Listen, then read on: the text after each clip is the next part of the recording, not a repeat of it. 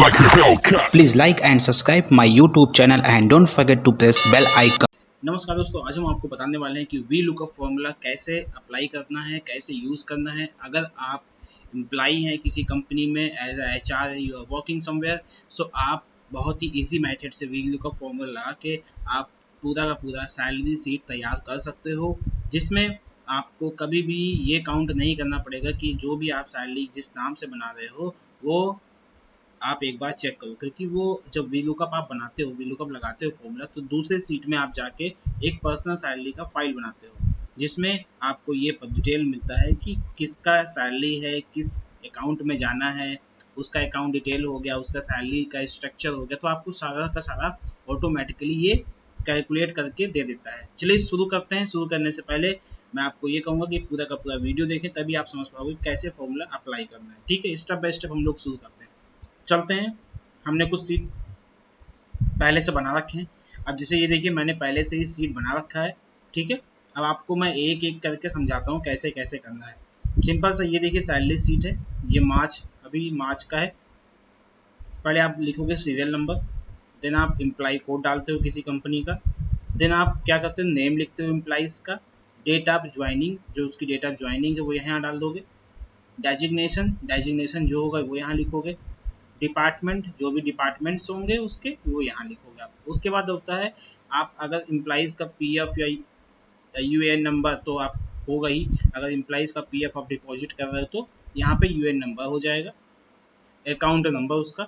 अब यहाँ से लेके यहाँ तक उसका अकाउंट डिटेल हो गया, जैसे अकाउंट नंबर और अकाउंट बैंक का नाम, तो अकाउंट नंबर, बैंक का नाम हो गया, IFSC कोड हो गया उसका। तो ये तीन चीज़ बहुत ही ज़रूरत है, बहुत ही आवश्यक चीज़ें हैं जो आपको पता होना चाहिए, क्योंकि अगर आप सैलरी ट्रांसफ़र कर रहे हो तो इनका होना बहुत ही ज़रूरी है। अब आते हैं IFSC के बाद में हमने फिर कॉलम बनाया दूसरा, ग्रेड नेट। तो कितनी सैलरी है, टोटल सैलरी, मतलब आप कितना उसको सैलरी दे रहे हो, चाहे वो CTC, टोटल CTC, उसका टोटल ग्रेड क्या है। तो टोटल सैलरी 60,000 है, तो यहाँ 60,000 हो जाएगा। उसके बाद उसका हो जाएगा बेसिक, HRA, मेडिकल, कन्वेंस और स्पेशल अलाउंसेस और ग्रॉस सैलरी।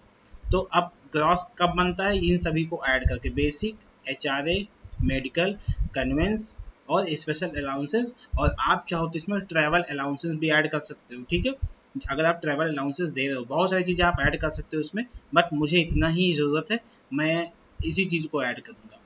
अब जैसे मैंने 60,000 का मैंने ले लिया बेसिक इसका ले लिया मैंने 50%, HRA ले लिया 15,000, ठीक है, इसका आधा, जस्ट बेसिक का आधा, मेडिकल अलाउंसेस ले लिया, कन्वेंस ले लिया, कन्वेंस का मतलब वही ट्रैवल अलाउंसेस जो मैं आपको बता रहा था, कन्वेंस हो गया, और स्पेशल में जो एडजस्टेबल पार्ट होता है ये ले लिया। तो ये तीनों हमारे पार्ट आ गए, और इन तीनों को ऐड करने के बाद में हमारा ये 60,000 देखिए यहाँ पे सम दिखा रहा है, तो यानी कि ये सही है, 60,000 यहाँ पे हमारा आ जाएगा। फॉर्मूला इसका है, आपको पता ही होगा, बहुत सिंपल है, सम फॉर्मूला यूज़ करते हैं, सम का इक्वल टू सम, देन यहाँ से लेकर यहाँ तक सिलेक्ट कर लेंगे और ये हमारा ऐड हो जाएगा। ठीक है, तो इसी तरह हमने सारा का सारा ऐड कर रखा है।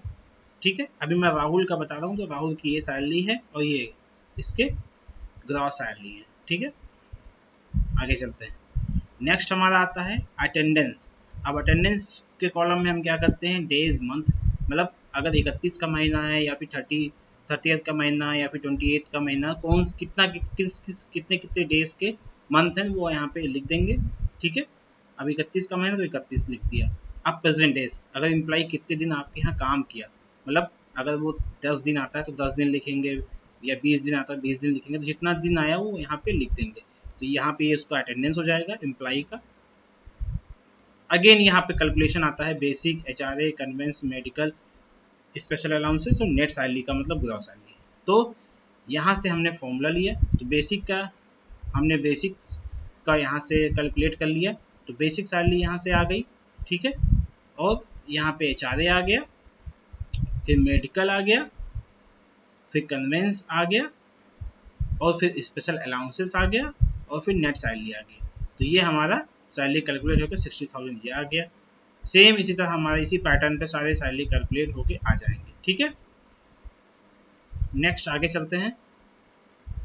अब अगर इसमें आपको कुछ ऐड या कोई क्लासेस कराते तो यहाँ पे क्लासेस हो गए कि मान लीजिए आप बहुत सारे एम्प्लॉय में आप कोई एक्टिविटी करा रहे हो, एक्स्ट्रा पेबल उसका बन रहा है तो यहाँ एक्स्ट्रा पेबल यहाँ पे आप कर सकते हो। फिर एडवांस अगर वो ले रहा है तो एडवांस लिया तो टेकन लिया और डिडक्ट कितना कटना है उसका यहाँ पे आ जाएगा।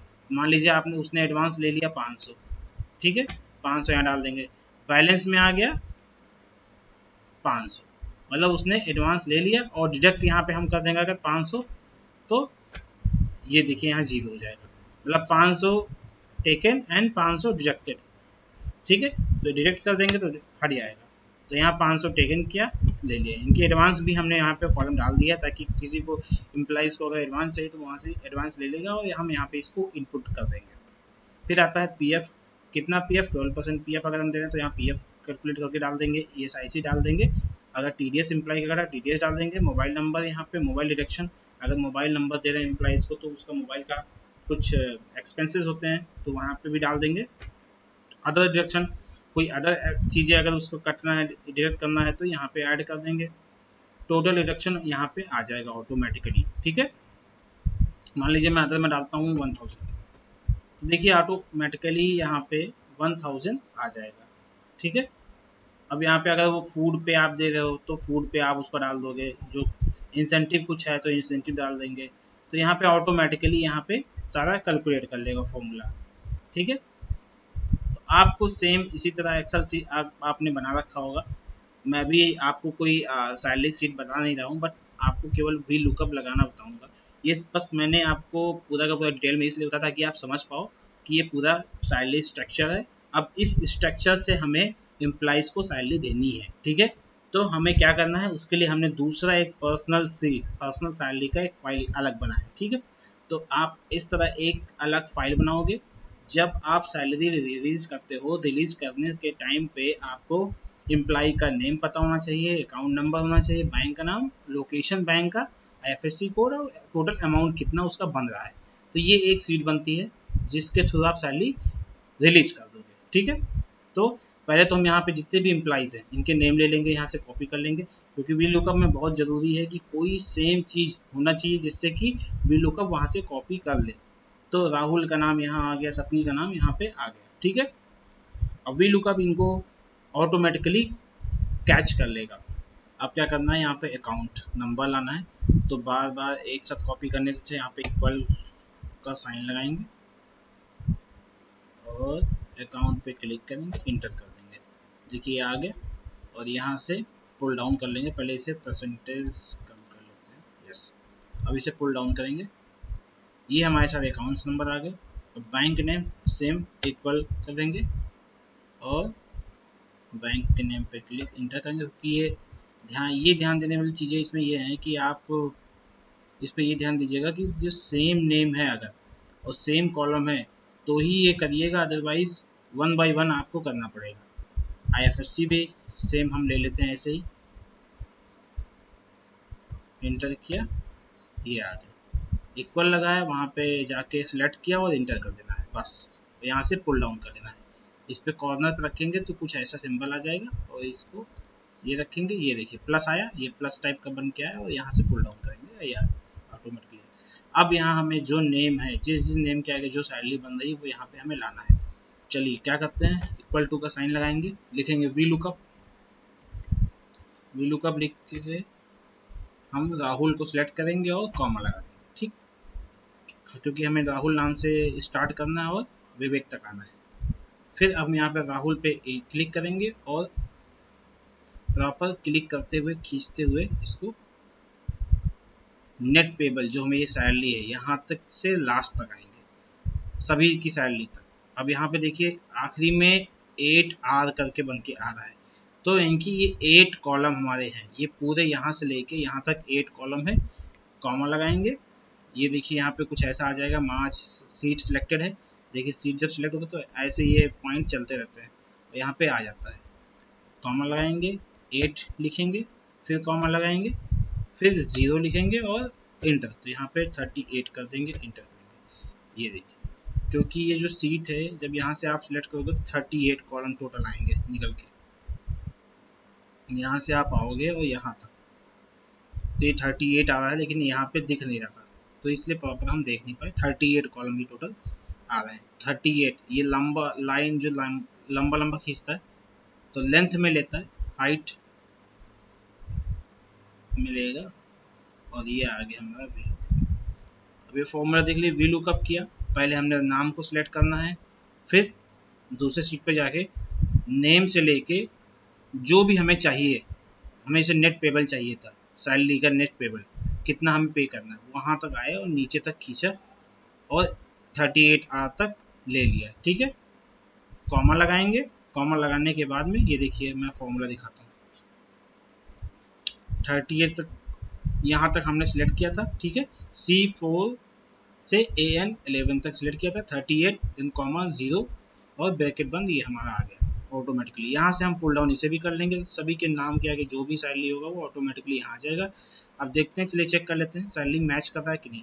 यहाँ 2,13,599 है सैलरी में, देख लेते हैं सेम सैलरी, देखिए 2,13,599 सेम सैलरी यहाँ पे आ रही है।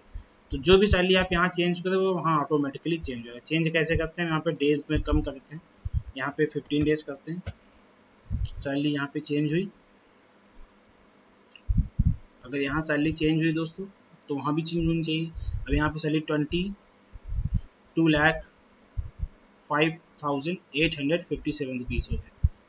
यहाँ पर देख लेते हैं सेम वही चीज़ है कि नहीं।